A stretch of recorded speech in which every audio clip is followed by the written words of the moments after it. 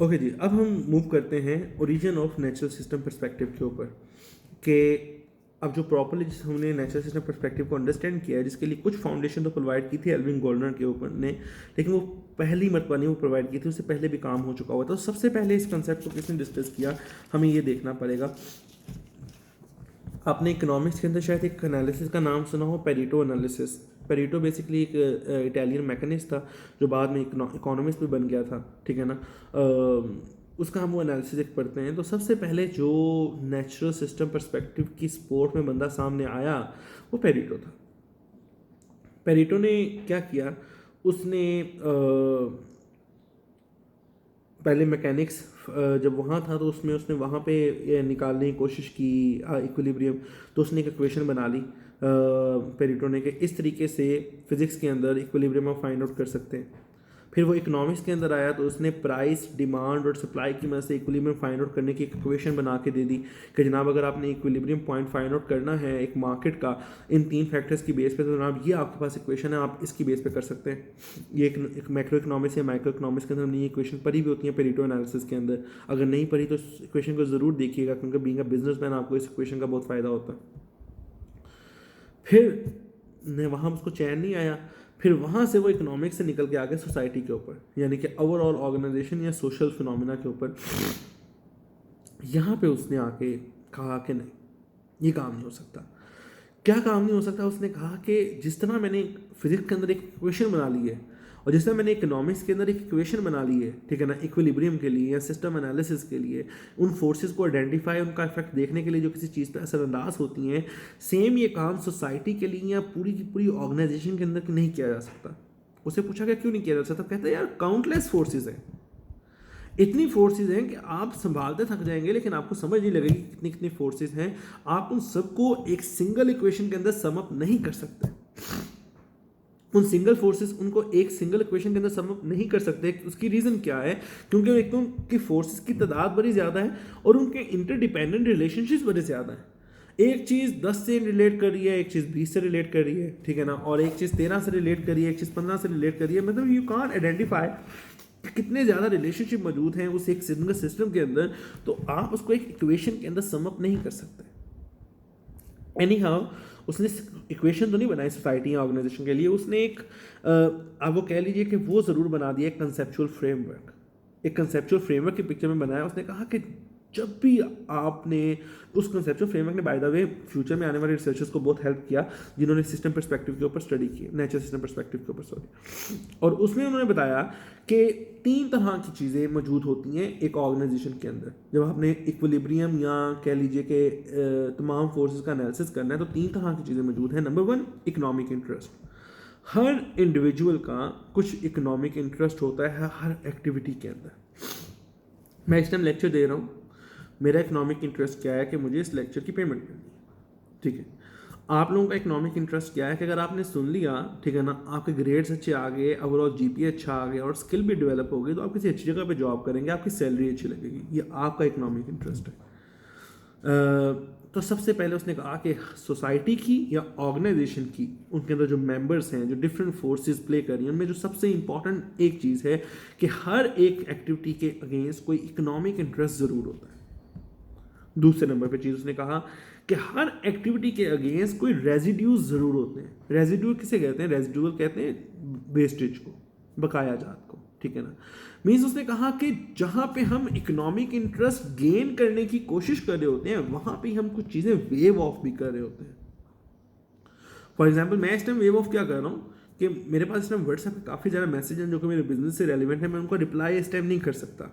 तो मैं एक साइड पे इकोनॉमिक इंटरेस्ट तो यहाँ पे अपना प्रोटेक्ट कर रहा हूँ, लेकिन एट द सेम टाइम मैं अपने वो बिजनेस की जो लाइबिलिटीज़ हैं उनको ज़रा इस टाइम वेव ऑफ कर रहा हूँ। आप इस टाइम जब ये लेक्चर सुन रहे होंगे, रमज़ान है, आप आराम से आराम कर सकते थे, रोज़ा लग रहा होगा, ठीक है ना, बेशुमार फैक्टर्स होंगे और चीज़ें की जा सकती, लेकिन आप उन सारी चीज़ों को वेव ऑफ कर रहे हैं क्योंकि आप अपने इकोनॉमिक इंटरेस्ट को प्रोटेक्ट कर रहे हैं। सो जहाँ पे इकोनॉमिक इंटरेस्ट है वहाँ पे सेकंड चीज़ रेजिड्यूज हैं कि हम कोई चीज़ें वेव ऑफ भी कर रहे होते हैं। थर्ड चीज़ है हमारे पास डेरिवेशंस। डेरिवेशंस का मतलब ये है कि हमारे हर एक्शन किसी दूसरे एक्शन को लीड कर रहा होता है। फॉर एग्जाम्पल क्या नाम है, अगर मैंने इकोनॉमिक इंटरेस्ट गेन किया है मेरे पास इकोनॉमिक इंटरेस्ट के इवज़ कहते हैं कि फ़र्ज़ करते हैं इस आवर के हमारे पास 1500 रुपीज़ आने हैं, लेट्स सपोज, ठीक है ना, 1500 रुपीज़ आने हैं, तो मेरे वो 1500 वर्ड्स मेरी किसी इन्वेस्टमेंट के अंदर जाएंगे, वो इन्वेस्टमेंट रिटर्न देगी, उस रिटर्न की बेस पे कुछ होगा, वो कुछ होगा, मतलब कि वो जो इकोनॉमिक इंटरेस्ट अभी पहले नंबर पे गेन किया था उसने बहुत से एक्शंस तक लीड कर जाना है, ठीक है ना। ये है डेरिवेशन।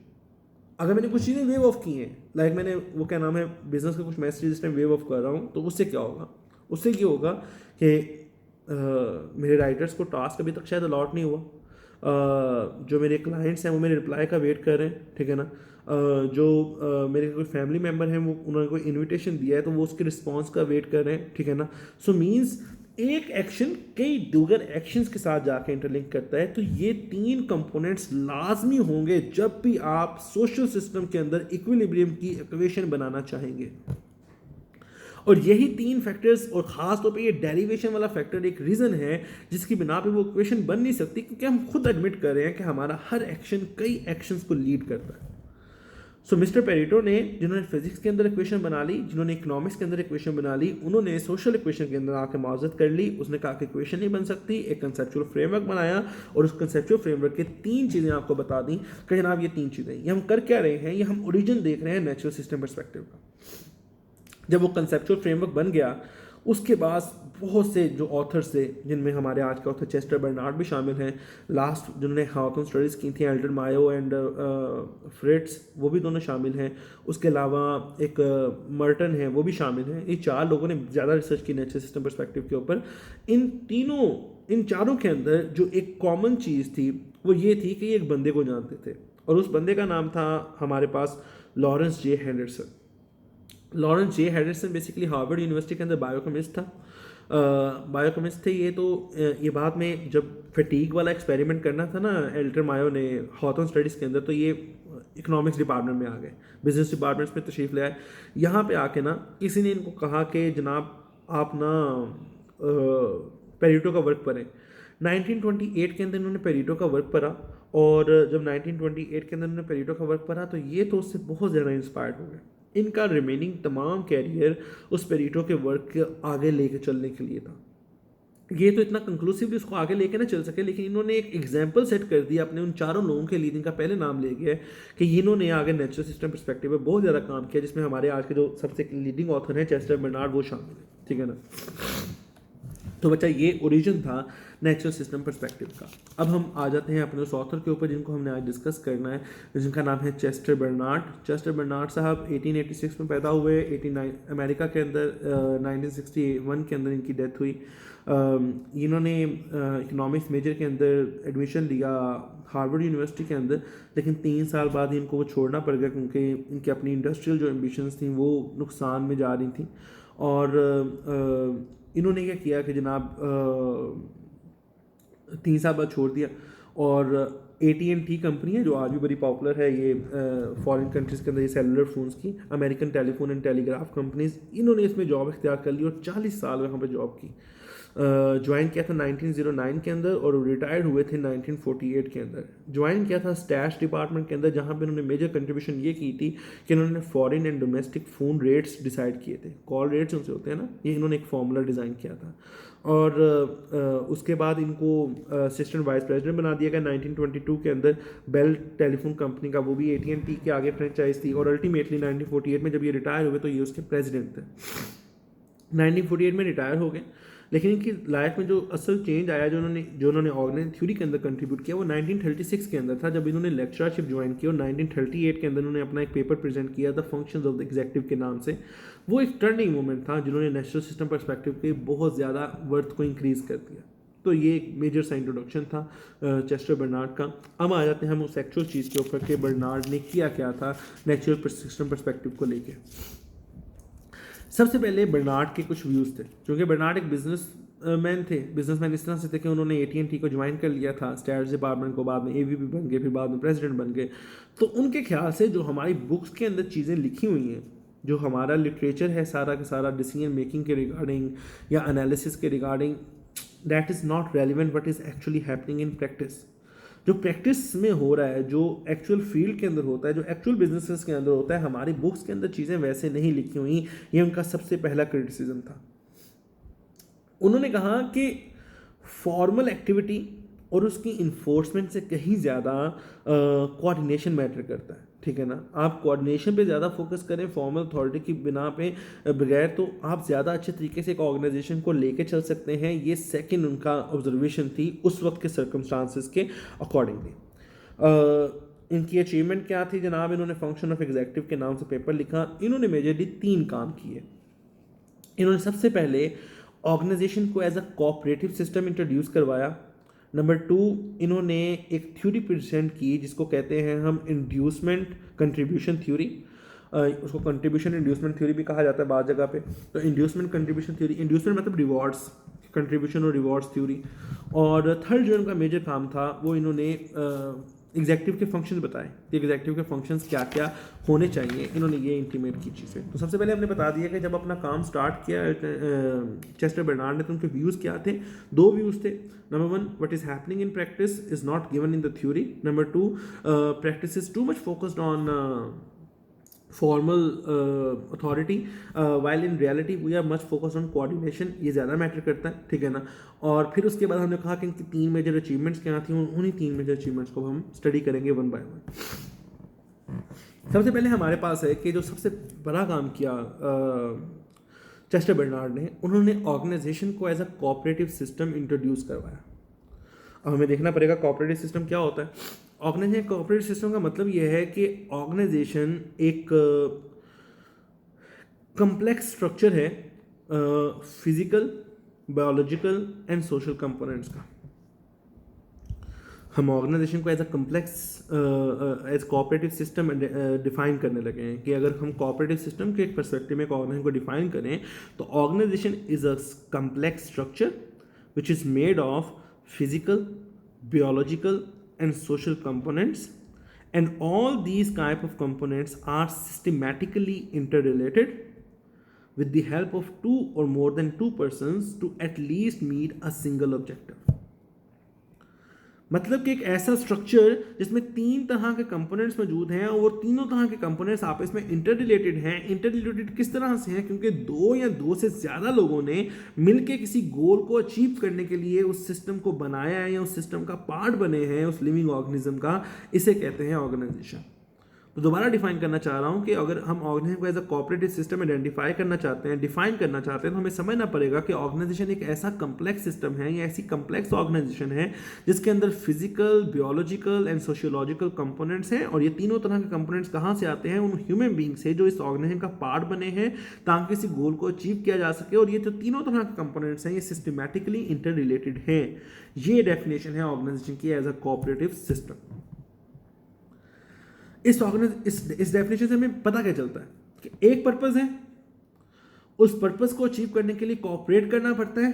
और वो कोऑपरेट कब करते हैं? जब हम सिस्टमैटिकली स्ट्रक्चर्ड रिलेशनशिप्स के अंदर होते हैं। जब तक स्ट्रक्चर्ड रिलेशनशिप नहीं होगा तब तक क्या नाम है हम अपने उस पर्पस को और उस कोऑर्डिनेशन को अचीव नहीं कर सकते। फिर उन्होंने एक और इंपॉर्टेंट चीज़ कही कि जब एक कोऑपरेटिव सिस्टम के तौर पे ऑर्गेनाइजेशन को आइडेंटिफाई किया जाता है या डिफाइन किया जाता है तो आपको पता चलना चाहिए कि जब भी एक बंदा किसी ऑर्गेनाइजेशन को ज्वाइन करता है तो वो एक चीज़ सेक्रीफाइस करता है और वो जो चीज़ सेक्रीफाइस करता है दैट इज़ हिज और हर फ्रीडम। वो उसकी और फ्रीडम है, ठीक है ना, जिसको वो ऑर्गेनाइजेशन का पार्ट बनने के बाद सेक्रीफाइस कर देता है। वो फ्रीडम के साथ हर चीज़ नहीं कर सकता, उसको अपने ऑर्गेनाइजेशन के प्रोटोकॉल के अकॉर्डिंगली चलना पड़ता है क्योंकि all these 3 components are inter related.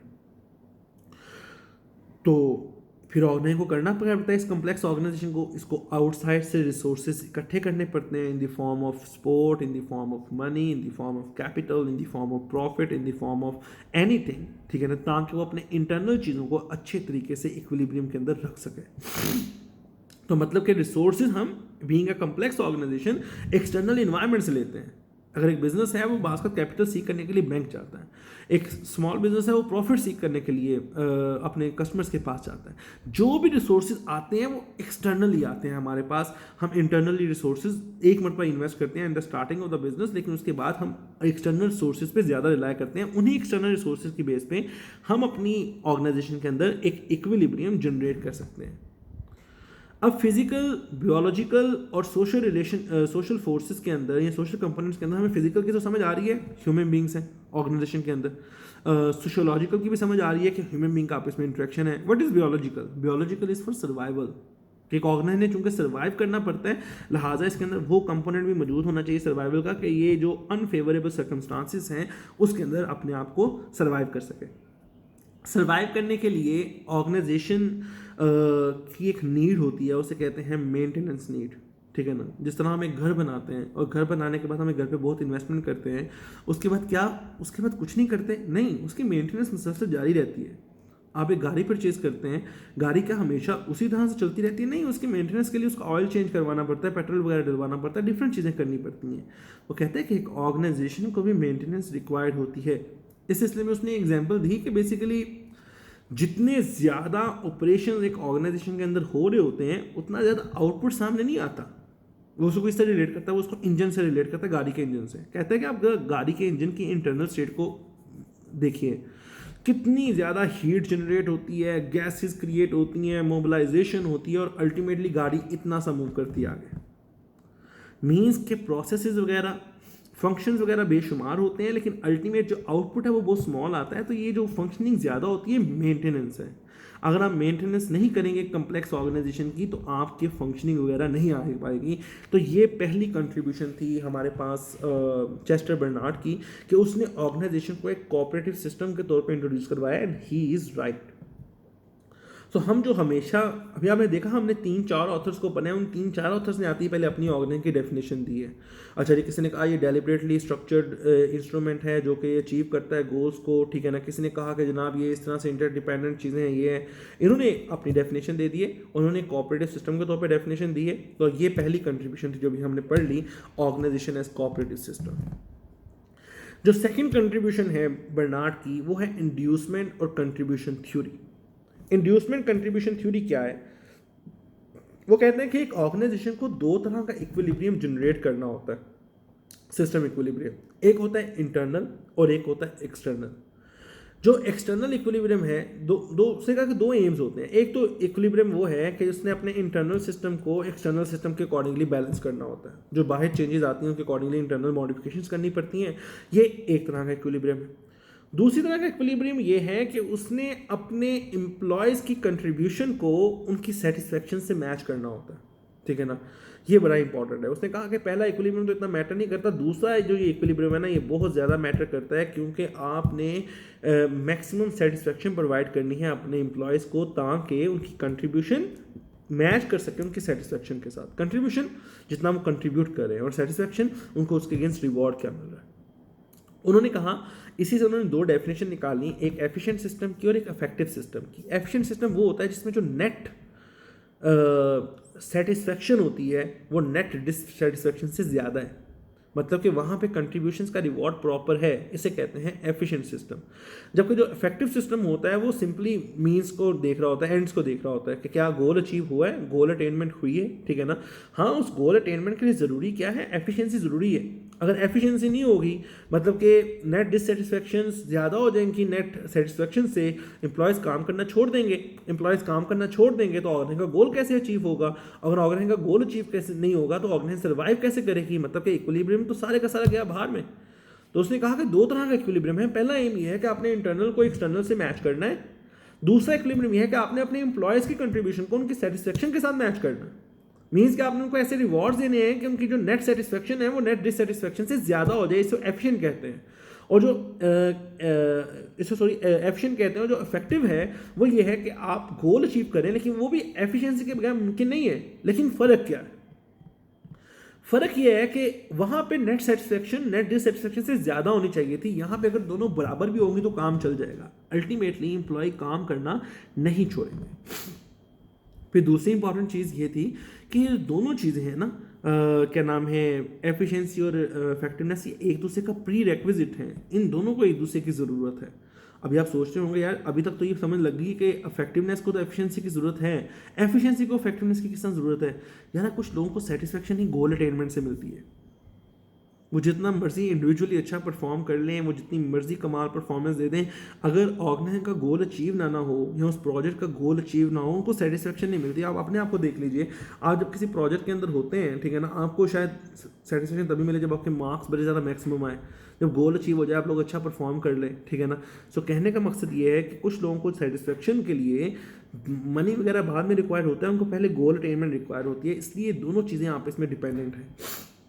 ये बड़ी पॉपुलर थ्योरी है, इसे इंड्यूसमेंट कंट्रीब्यूशन थ्योरी कहा जाता है। इसके बाद मोटिवेशन की जितनी भी थ्योरीज बनी है, मोटिवेशन के ऊपर जितनी भी बाद में थ्योरीज आई हैं, उनकी जो प्राइमरी लेयर, जो ग्राउंड वर्क है, वो इंड्यूसमेंट कंट्रीब्यूशन थ्योरी से आता है। हर्जबर्ग की मोटिवेशन थ्योरी पढ़ते हैं हम, वो नीड्स क्या नाम है, हिरार्की ऑफ लेवल, अब्राहम मस्लो की पढ़ते हैं, हिरार्की ऑफ नीड्स पढ़ते हैं, ठीक है ना, और एक्सेंट थ्योरी वाई पढ़ते हैं। सारी जो मोटिवेशन की थ्योरी है, बैलेंस थ्योरी पढ़ते हैं। इस सब के लिए जो ग्राउंड वर्क प्रोवाइड किया था वो इस इंड्यूसमेंट कंट्रीब्यूशन थ्योरी ने प्रोवाइड किया था, और ये उसी सिस्टम परस्पेक्टिव से निकला है कि सिस्टम इक्विलिब्रियम के लिए आपको इक्विलिब्रियम जनरेट करना पड़ता है एम्प्लॉय की कंट्रीब्यूशन, उनकी सेटिस्फेक्शन के अंदर। ये दूसरा मेजर कंट्रीब्यूशन था जो कि चेस्टर बर्नार्ड का था नेचुरल सिस्टम पर्सपेक्टिव को लेके। फाइनली जो नेचुरल सिस्टम पर्सपेक्टिव को लेके लास्ट चीज़ जो हमारे लेक्चर की है वो ये है कि इन्होंने फंक्शंस ऑफ एग्जेक्टिव भी कुछ बताए थे। फंक्शंस ऑफ एग्जेक्टिव जो उन्होंने बताए, उन्होंने कहा कि जनाब जो प्राइमरीली तौर पे रिस्पॉन्सिबिलिटी है इन्होंने एक एग्जेक्टिव की, वो ये है कि उन्होंने इंटरनल और एक्सटर्नल इक्विलिब्रियम डिफाइन करना होता है, इंटरनल चीज़ों को एक्सटर्नल चीज़ों से मैच करना होता है, इन्होंने डिसीजन मेकिंग करनी होती है, इन्होंने कोऑर्डिनेशन वगैरह बुला बुला इस तरह की चीज़ें कुछ जेनेरिक थी, ठीक है ना। लेकिन जो असल 3 व्यू उन्होंने बताया ना कि रोल्स क्या है एग्जेक्टिव के, एग्जेक्टिव का फंक्शन क्या है, उसमें पहला जो एग्जेक्टिव का फंक्शन था that developing and maintaining a system of communication. जो एक एग्जेक्टिव है उसको एक ऐसा सिस्टम, एक ऐसी हायरार्की डिफाइन करनी पड़ती है जिसमें पता चल सके कम्युनिकेशन कैसे फ्लो करेगी एक ऑर्गेनाइजेशन के अंदर, कौन किसको रिपोर्ट करेगा, कौन किसको जवाब दे है, कौन किसके साथ इंटरेक्ट करेगा, तमाम वो चीज़ें ये सबसे पहले बतानी होती हैं। ये पहला पार्ट होता है हमारे पास एक फंक्शन का, एग्जेक्टिव का एक फंक्शन होता है, ठीक है ना, कम्युनिकेशन के लेआउट करना। Number 2, inducing individuals to join organisation, एक ऐसा स्ट्रक्चर्ड इन्वायरमेंट प्रोवाइड करना होता है जो कि एक इंडिविजुअल्स को, जो डिफरेंट पोटेंशियल एम्प्लॉयज़ हैं, उनको इंकरेज कर सके यार इस ऑर्गेनाइजेशन को ज्वाइन किया जाए, इस ऑर्गेनाइजेशन के गोल्स अटेनमेंट का पार्ट बना जाए, एफिशिएंसी एंड इफेक्टिवनेस क्रिएट की जाए, मोटिवेशन की जाए, ठीक है ना। उन सारी तरीकों से आप इंड्यूस करते हैं एक एम्प्लॉय को कि वो ऑर्गेनाइजेशन का पार्ट बन सके, इसे कहते हैं inducing individuals in organisation. Finally last चीज़ क्या है, डिफाइनिंग पर्पज ऑफ ऑर्गेनाइजेशन। जो एग्जेक्टिव का एक और फंक्शन है कि उसने अपनी ऑर्गेनाइजेशन का पर्पस डिफाइन करना होता है, एक होलिस्टिक अप्रोच को देखते हुए, नॉट लीनियर रिलेशनशिप को देखते हुए, होलिस्टिकली चीज़ों को मैनेज करते हुए, और क्या नाम है, उन सारी चीज़ों को देखते हुए उसने अपनी ऑब्जेक्टिव, विजन, मिशन बनाना होता है। ये एक और एग्जेक्टिव का फंक्शन है। तो बेसिकली एक एग्जेक्टिव एक नर्वस सिस्टम होता है, जिससे हमारा ब्रेन है ना, वो तमाम बॉडी के पार्ट्स को सिग्नल भेज रहा है ब्लड सप्लाईज वगैरह के लिए, फलां चीज़ के लिए, एंड इन रिटर्न वो तमाम के तमाम ब्रेन को कम्प्लीमेंट भी कर रहे होते हैं, ठीक है ना। तो यही एग्जेक्टिव का रोल भी होता है एक ऑर्गेनाइजेशन के अंदर।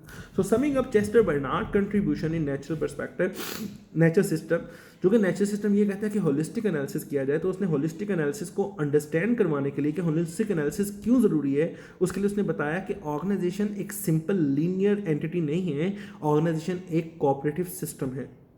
क्योंकि वो कोऑपरेटिव सिस्टम है जो 3 तरह के कंपोनेंट से मिलकर बना है, जो आपस में इंटर रिलेटेड हैं, डिपेंडेंट हैं, लिहाजा इनको होलिस्टिकली ही देखना चाहिए।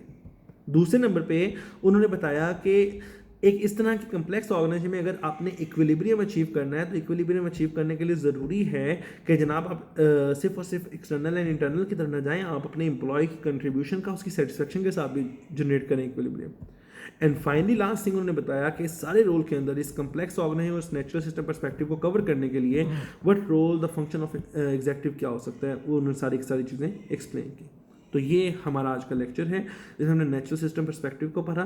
सबसे पहले हमने सिस्टम को डिफाइन कर लिया, उसके बाद हमने देखा कि कौन से डिफरेंट पर्सपेक्टिव हैं जिनके तहत एक ऑर्गेनाइजेशन को डिफाइन किया जा सकता है। उसके बाद हमने देखा कि सिस्टम इक्विलिब्रियम क्या होता है। उससे पहले हमने सिस्टम को एज एन एनालिसिस टूल लिया, फिर सिस्टम इक्विलिब्रियम को हमने देखा, फिर हमने देखा कि ओरिजिन कहाँ से हुआ नेचुरल सिस्टम पर्सपेक्टिव का, फिर हमने चेस्टर बर्नार्ड का थोड़ा सा इंट्रोडक्शन पढ़ा, फिर हमने उसकी मेजर 3 कंट्रीब्यूशन के मतलब पता चला, फिर हमने उन तीनों कंट्रीब्यूशन को अलग-अलग डील किया। जो आपको बुक रेफर की गई है उसमें चेस्टर बर्नार्ड के मतलब किसी भी ज़्यादा इन्फॉर्मेशन होगी, अगर आप पढ़ना चाहें तो ज़रूर पढ़ सकते हैं, लेकिन ये वो इंपॉर्टेंट इन्फॉर्मेशन थी जो बीइंग ऑर्गेनाइजेशन थ्योरी स्टूडेंट आपको पता होनी चाहिए। एक्टिविटी का आपको पता है, आपने लेक्चर मैप बनाना है, अपना तैयार करना है, बाकी आपको डिटेल्स वाइस पर मेंशन की जाती है। अपना ख्याल रखिएगा। Thank you so much.